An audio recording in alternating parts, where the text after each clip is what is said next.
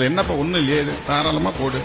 ஆட்சியிலும் பங்கு, அதிகாரத்திலும் பங்கு, கடைசி மனிதனுக்கும் ஜனநாயகம், எளிய மக்களுக்கும் அதிகாரம் என்று மறைமலர் நகர் மண்டல சிறப்பு செயற்குழுவிலே பேசிய உரையின் சுருக்கம் போட்டாங்க. அவ்வளவுதான்.